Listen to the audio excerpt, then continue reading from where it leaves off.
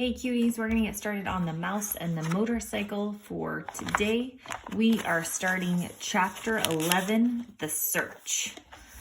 I have to go into the hotel, Ralph informed his relatives. I've got to help the boy. Oh no, not out of the hotel, cried Ralph's mother. Not while the housekeeper is looking for mice. If you're seen, we'll all be in danger.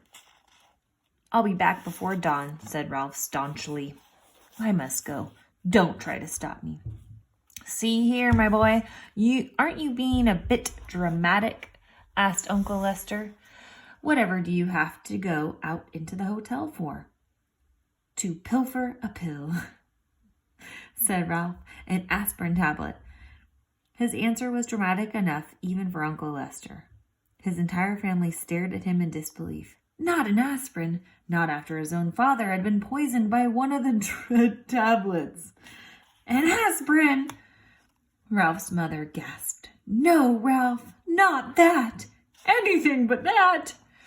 It is the only way. Ralph stood tall and brave. The boy has a fever, and he needs an aspirin. I'm going to find him one. Oh, Ralph, his mother hid her face in her paws. But Ralph, quavered Aunt Sissy. Remember your father. You can't carry an aspirin in your cheek pouches. It would poison you. How could you get one here? I'll find a way. Ralph was outwardly steadfast in his determination, but inside he wondered how he would manage to get an aspirin into room 215 if he did find one. Roll it, perhaps. Ralph, stay here, pleaded his mother. You're too young. Let your Uncle Lester go. Well, now let's talk this over, said Uncle Lester. I'm not too young, and I haven't a moment to lose. Ralph, who was really frightened by what he was about to do, also enjoyed the drama of the moment. Goodbye. I shall return before dawn. Ralph, promise me you'll be careful, pleaded his mother. Promise me you won't climb into suitcases like your Aunt Adrian.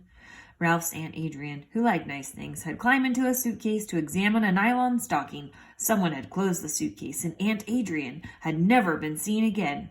It was hoped that she had been carried away to a life of luxury. Promise me, Ralph, cried his mother. But her son was already on his way out the knothole. Ralph scurried across the carpet of room 215. Flattened himself and squeezed under the door. Once out in the hall, his courage ebbed. The aspirin tablet seemed a very small thing to find in such a vast place. It would be much easier to find the motorcycle. No, thought Ralph, I must not even think about the motorcycle. Ralph began to feel pretty small himself, much smaller than he had felt during his show of bravery back in the mouse nest. Down in the lobby, the clock struck 1. There was not a moment to lose. He ran to the next room, squeezed under the door, and searched under the beds and the dresser while the two guests slept soundly. All he found was a bobby pin. He skipped to room 211 because his enemy, the little terrier, was in there, and ran on to room 209. A hurried search, frightening because of the loud and uneven snores that came from one of the beds, revealed nothing but a few pretzel crumbs, which Ralph did not have time to eat. And on Ralph ran down the hall, under the doors, under the beds and dressers. There was not a single aspirin tablet to be found. In one of the rooms, he did see a penny that had rolled under a luggage rack and remembered his mother's wish to leave a tip for room service. But tonight he had no time for pennies. He must press on and find an aspirin. A small doubt began to creep into Ralph's thoughts as he ran down the hall to the last room on the second floor. Maybe there was no aspirin. Maybe he was risking his life and the lives of his family for nothing. But Ralph pushed the thought aside. He would not let himself become discouraged. If there was no aspirin on the second floor, there had to be one someplace on the ground floor. Tonight he was willing to brave the stairs to find it. He flattened himself and squeezed under the last door on the second floor. There was nothing under either of the beds but the things Keith called dust mice. There was no sound but the rattle of the windows and the wind. Ralph started across the carpet toward the dresser when suddenly a light from the bedside table blinded him. He stopped, rooted to the carpet by fear, even though it was not likely that anyone was going to cut off his tail with the carving knife, he heard someone slip out of bed and utter a sound between a squeal and a scream. Before Ralph knew what was happening, an ordinary drinking glass had been clapped down over him, and there he stood in a glass trap. Oh no.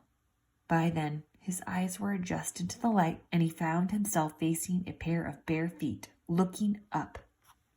He saw what the feet belonged to a young woman in a pink nightgown. "Mary Lou, wake up," she whispered to the young woman in the other bed. "Look what I've caught."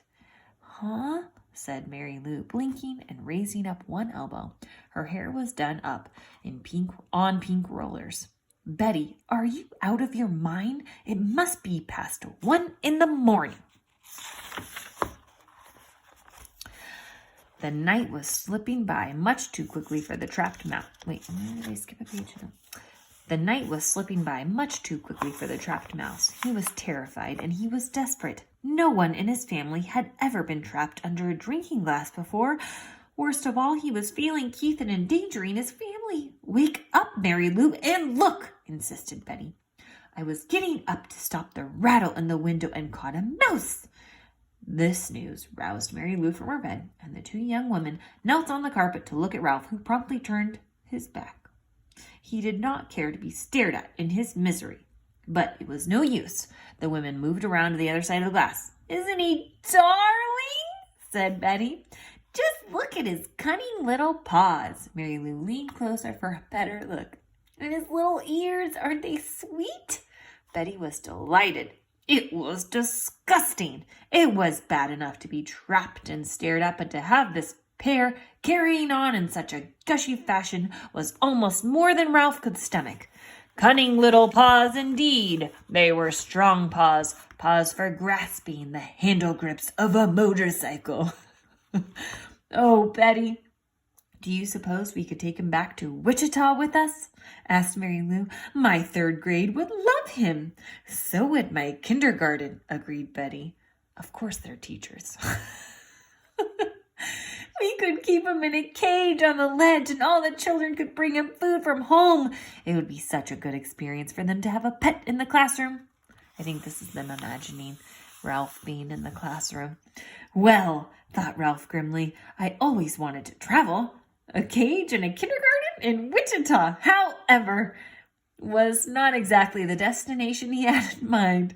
The minutes were slipping by dangerously fast. He had to do something. "Look!" he shouted through the glass in desperation. "Let me go! Please let me go! There's something terribly important I have to do." "He squeaked!" marveled Betty. "He's adorable!" squealed Mary Lou. It was no use. Young woman could not speak his language. Ralph was in despair. He thought of Keith tossing feverishly in his bed and of his family huddled in the mouse nest waiting for his safe return. "But I don't see how he could take him back to Wichita," said Betty sensibly. "We're driving to San Francisco and then to Disneyland before we start back. How could we carry him thousands of miles?" The two teachers looked thoughtfully at Ralph, who knew his fate depended on their decision.